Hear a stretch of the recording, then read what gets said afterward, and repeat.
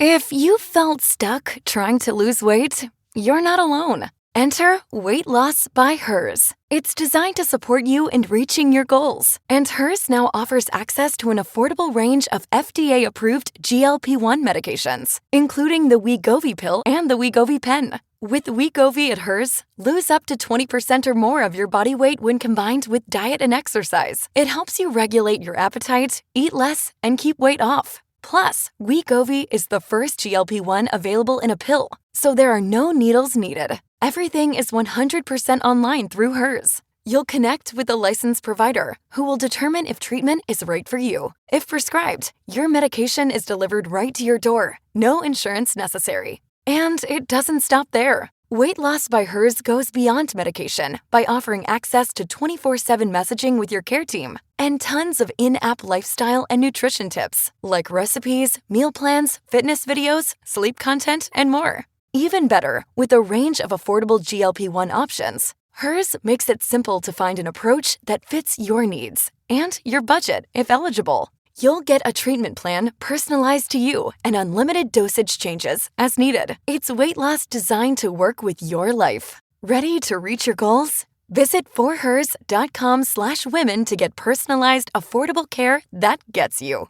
That's forhers.com/women. forhers.com/women. Weight Loss by Hers is not available in all 50 states. Wegovy is the registered trademark of Novo Nordisk A/S.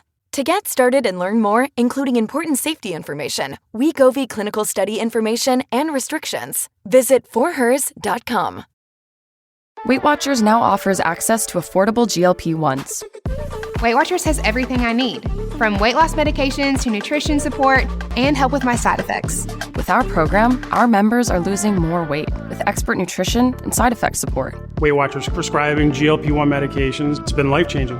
Better results, expert support, lose more weight, make it last. Get started for as low as $25 at WeightWatchers.com. All medications require eligibility and prescription. First month as low as $25 with a 12-month Med Plus plan. Does not include the cost of GLP-1 medications.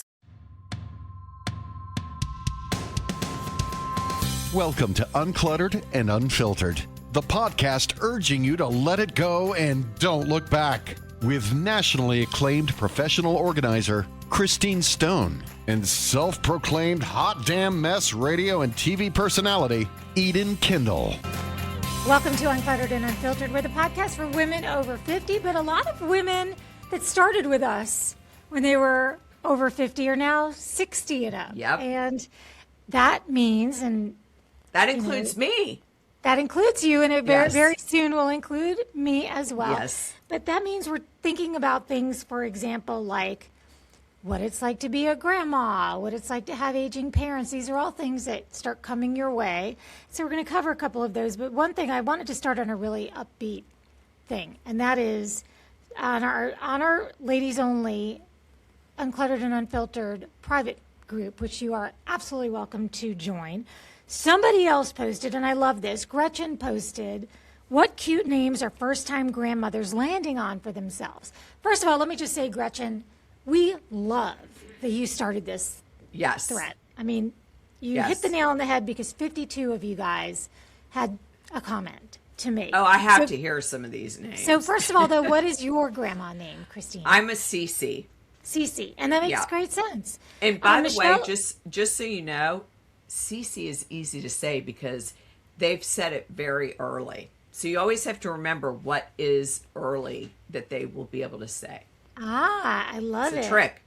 Very cute. Okay, so Michelle says she's really happy with grandma. That's fine. I like grandma too. Yeah, I'm fine with that. I actually kind of jokingly, because we watched the show Young Sheldon, and there's a character Meemaw, and I'm always like, I want to be Meemaw. My husband's like, you're never going to be Meemaw. I would be fine being Meemaw. I think that's adorable. Helene said, my grandma name is Honey, and I actually have another friend. Honey. I have like another Honey. friend whose grandma name is Honey, or her mom was Honey. So Mary says hers call her Grammy. Lisa says Lolly and Pop, so that they're lollipop. Oh my God, I love that. Yep. I love that. And Jackie says Guru. Oh my gosh, Guru. that's different. That is different. Marion is Nana.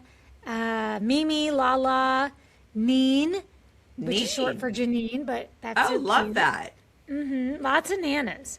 There's Yeah. a Nona. We have a Nona. That's Trisha. Here's a Gigi. That's like Cece. Yeah, I have a lot of friends that are GGs. Oma and Oma. Nene. Nay, nay. That's And cute. Nay, nay. Allison is Grandma Allie, so they call her Gally. Oh, I like that, Gally. Kiki is a great one. These are all so adorable. I love this. So, very creative. Let's see. Jerry says Gima, G for grand, and Ima for mom in Hebrew. So, Oh, I love Gima. that. Yeah. Love that. So anyway, if you want to chime in with yours, that is over on our Ladies Only Uncluttered and Unfiltered page. Now, we have all the regular social media, in case you're wondering. This one is the only one where you have to actually be granted admission. And the reason we do that is so that you can post on there and know that the only other people that are reading it are other women that are over 50. Right. Yeah. So now the other thing I saw recently in regards to grandmas, as long as we're staying really upbeat right now, is Yeah. grandma dinner is trending. And you do grandma dinner already because you Totally. eat so early. I eat so early that it's embarrassing almost. The good news is because I have 2 grandkids, my daughter loves it now because, you know, you have to eat early and do the bath thing for the kids. So when I go to visit, we all eat at like 4:30 or 5. So it's great because she's then got to go home and bathe. So I totally, okay. I started doing that though, not just because I'm old, but because I feel like my digestion is way better when I don't eat after 6. So I can eat at 5:30, but I just don't like to eat after 6. And I think it's really helped. I think that you're not laying flat or laying in bed right after you eat. It's giving your body time to digest your food. So you can make fun of me all you want, but I'll have a better digestion. You're going to keep doing your grandma dinner. My Yeah. grandma dinner. And a lot of people who do intermittent fasting are also doing that. You know, they want to eat earlier so that they can not eat for many, many hours. But Oh, well, also, we talked about this before. All the 5 o'clock dinner reservations or 5:30, you can't get anymore. yeah, it Even used to young- be that was, Yeah. Even young people are all wanting to eat early, you know, socialize a little bit and then go home and watch Netflix. So it's a hot dinner reservation like 5:30, and 6. It's not easy to get anymore. So It was such a snowball effect to get to that, but somehow this generation yep. is happy to admit that they would rather be a homebody. I mean, Yep. it's so I funny agree. to me. It's so funny. Okay, so the other reason we are in that mindset right now of aging is because you've had a week of caring for Yeah. an aging parent, and we're Yes. blessed to still have them. You know, we Yes. know that. We wouldn't trade it. No. But it can take its toll on everyone involved. And I know Well, yeah. it's your pleasure to definitely. do so.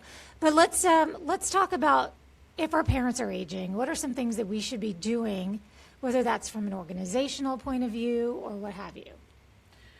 Well, I'm just speaking from experience Okay. because my mom's 87. And I feel like when there isn't something going on medically, you kind of like don't think about these things because you just live your normal life. But then all of a sudden something happens and it forces you to think about these things. Why I don't think people want to think about it is because it's depressing, if you want to know the truth.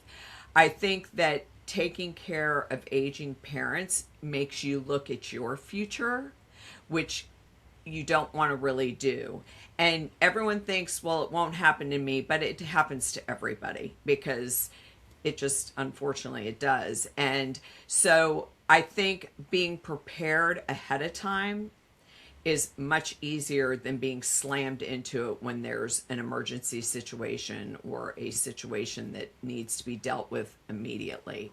So what I have learned is creating a notebook or a file box with all the important papers. And the file box has to have a handle so you can take it with you from place to place. It's not something that should be stationary.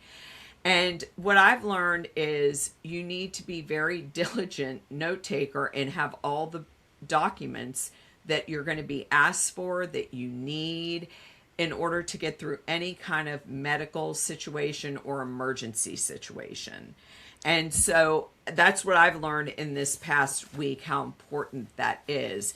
And I also feel like it's so important to take care of yourself, because if you don't take care of yourself as well and you get sick, then everybody's in trouble. So it's important to take time off, even if it's an hour, to whatever. I mean, whatever will relax you or calm you down, and be kind of non-negotiable about things that you absolutely need, whether it's I just need to sleep in my own bed or whatever it may be, trying to figure out what will help you recoup enough so that you're there when you're needed.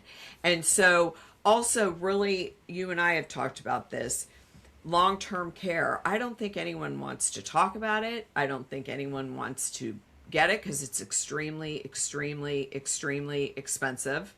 And it's the least fun money you'll spend. It's the least fun money you will spend now, but it's the money you will be so happy you spent when you're in your late 80s and 90s, and people are living so long. And what I've learned, and I'm not saying every medical person, I'm sure there's wonderful medical doctors, and I have met a few, but when you hit a certain age, they're not really concerned about taking you seriously, about listening to you, about, like, and they have a look of you've lived your life, so that's disheartening, because you kind of see what your future is going to be like. You're kind of written off as, oh, you're 85, you'll be fine. There's nothing we can do for you. That medication, or just go home and take a bunch of medication, and they don't watch what kind of medications.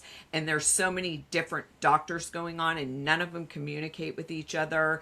And if you don't have somebody who's going to be that person to do all of this paperwork, all of this legal work, all of these medications, it's so depressing. So is the experience you're having right now, I hate to interrupt, but is the experience you're having right now, is it concern for, in your case, your mom is 87. Are you thinking also, as you're doing this, that you don't want your own daughters to have to experience this? And then also you're thinking about yourself because you don't want to have to be struggling to be cared for.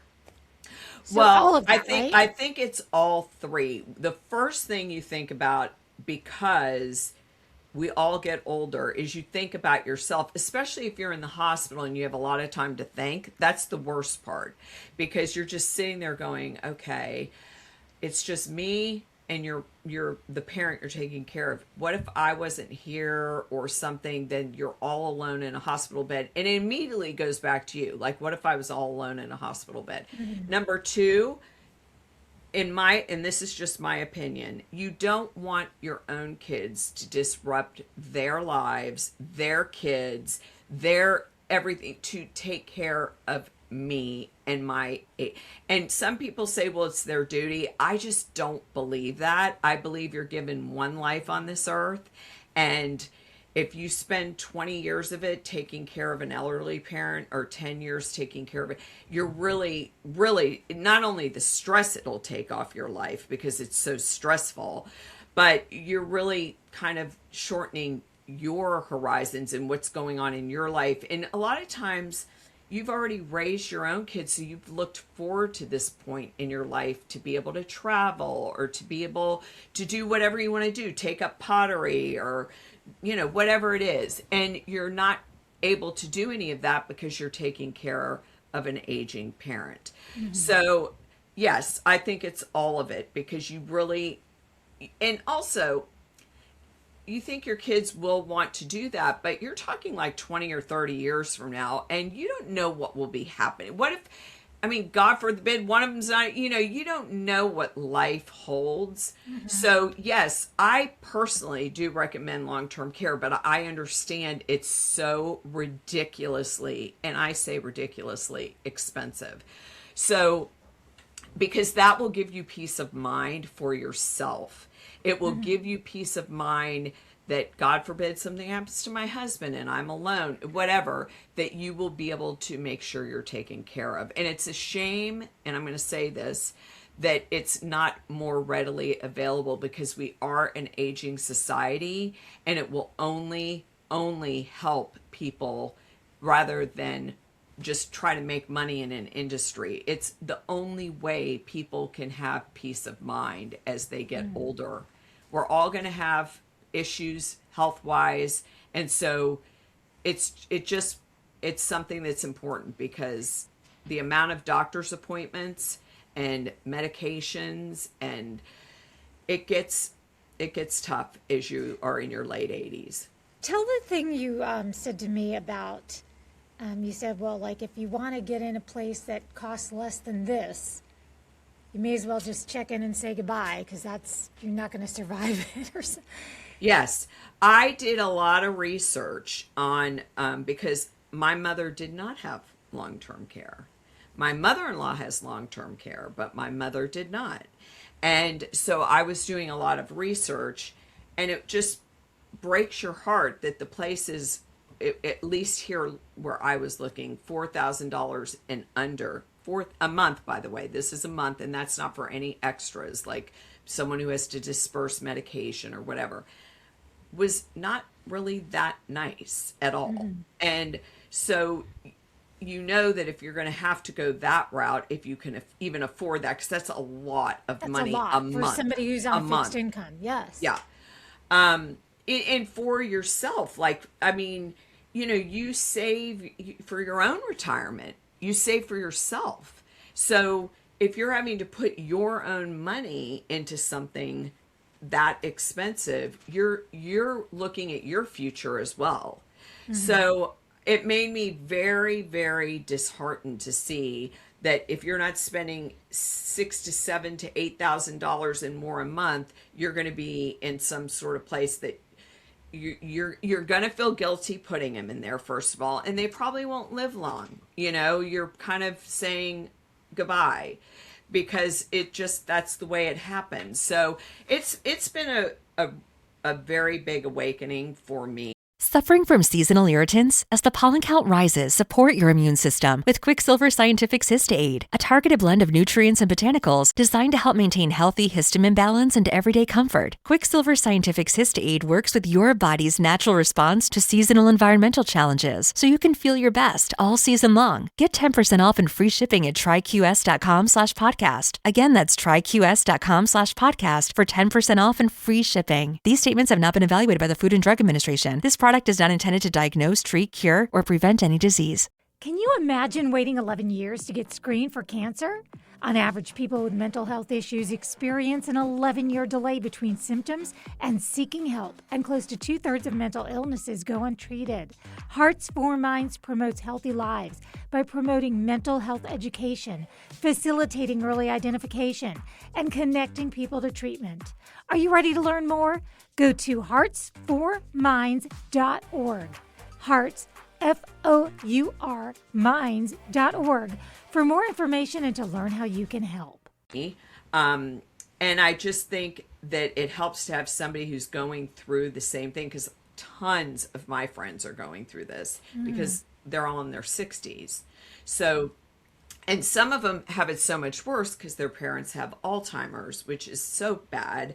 And so there's so many different medical problems that you would be dealing with in a different way. So I think it's important to be able to talk to someone who's going through it, or a therapist if you have a therapist, because it can be a very lonely experience. Very, because your husband, I mean, it's not his mother, you know what I mean? Right. So they are concerned for sure, but it's not the emotional attachment. And it's typically the sibling that is closest that's going to bear the brunt of it, which in your case is me. Is you. Is me.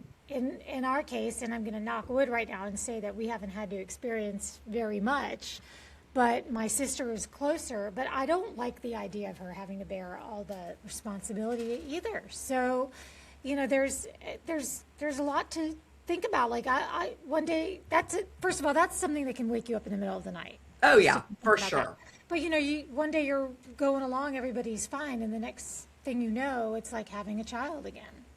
Well, and also, the reason why I wanted to talk about this is because people don't talk about it, and then it happens, and it's like they're like deers in the headlight. They are like, what do I do?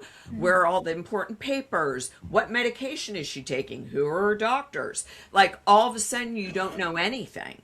And so having this done ahead of time, that will take one thing off your plate, just one. It won't take everything off, but it'll take one thing off your plate because you'll feel in control of something. Because when this happens, you have no control. You are in the doctor's hands.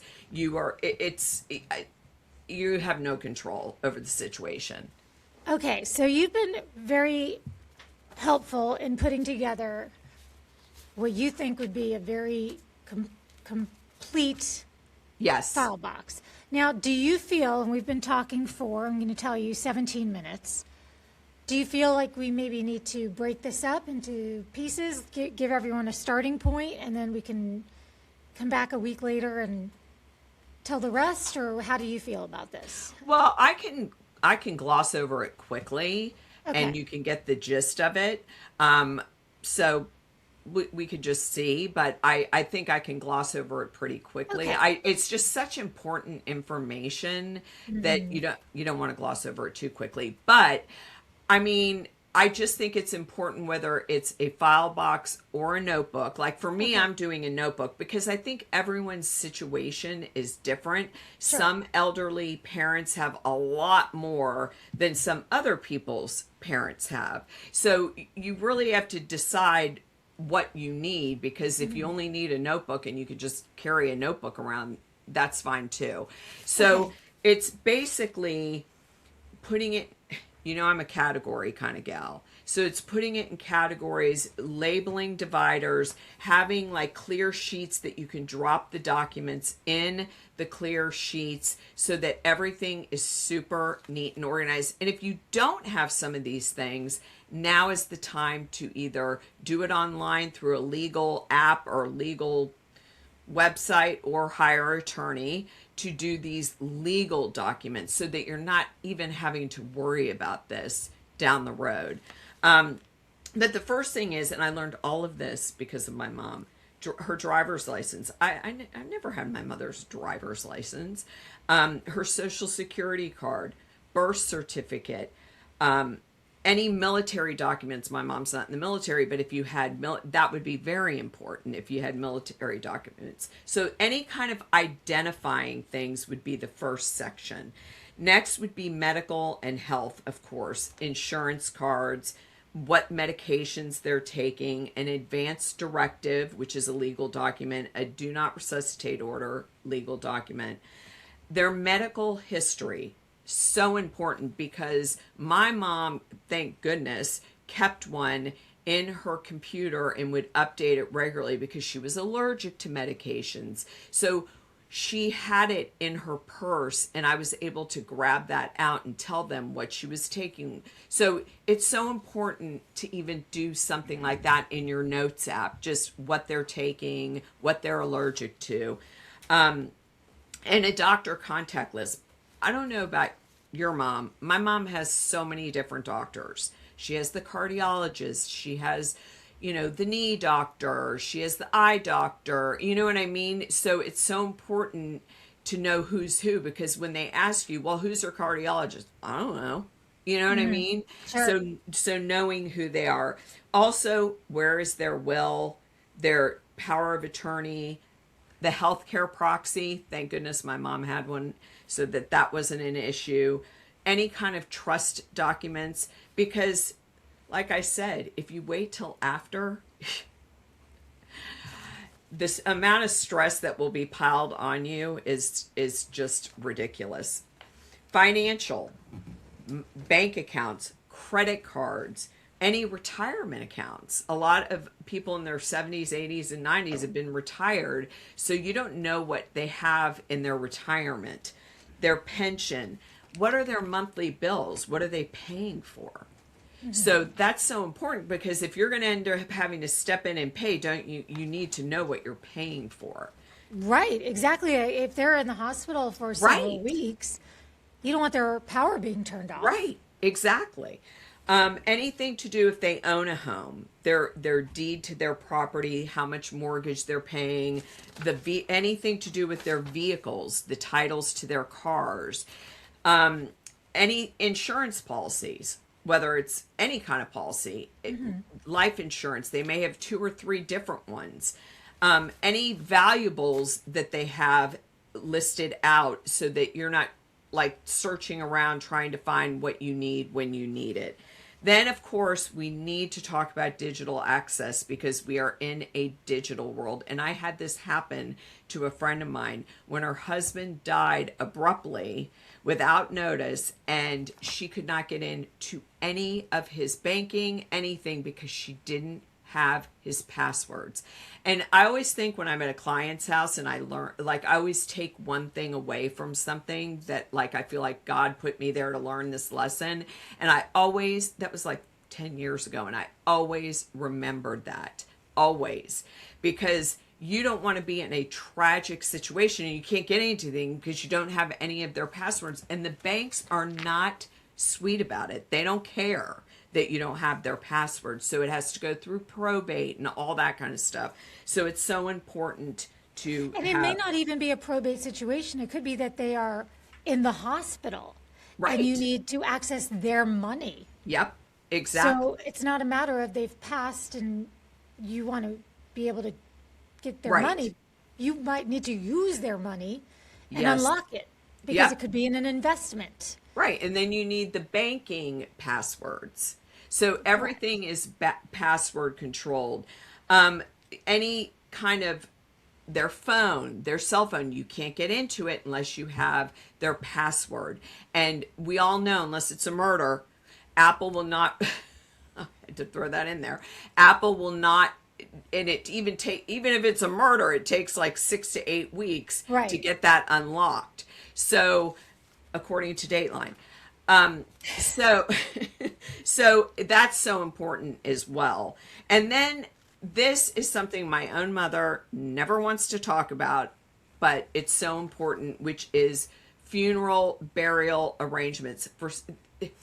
For some reason, a lot of elderly people do not like to talk about this, but then it puts the stress on you on what to do.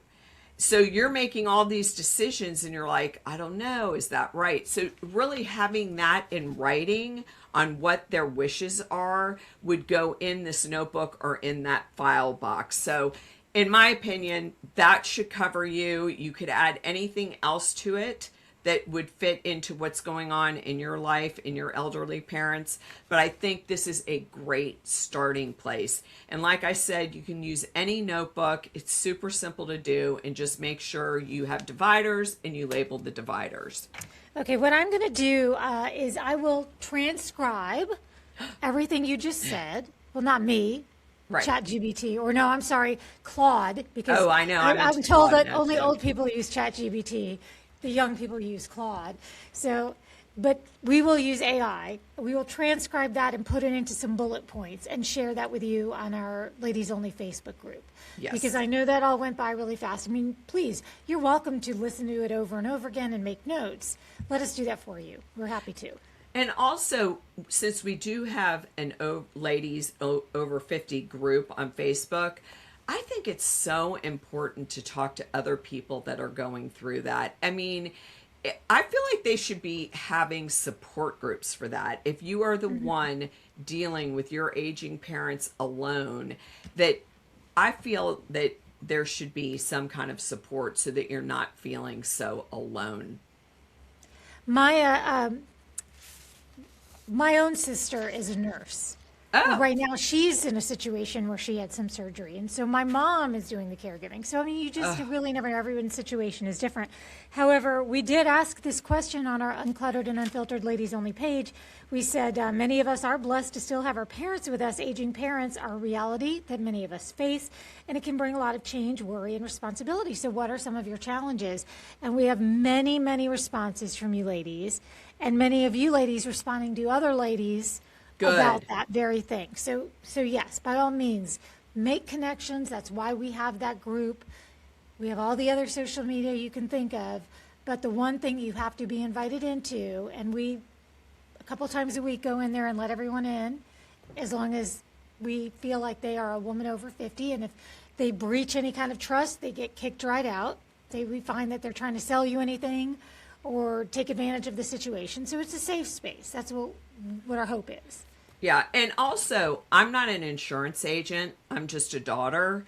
So if anyone has in our Facebook only ladies over 50, I mean, if you find something where long-term care is reasonable, or you find some secret trick, how you get around something, whatever it is, I mean, post it on there, because people, I mean, like I said, I'm not an insurance agent, so I don't know anything about that. So exactly.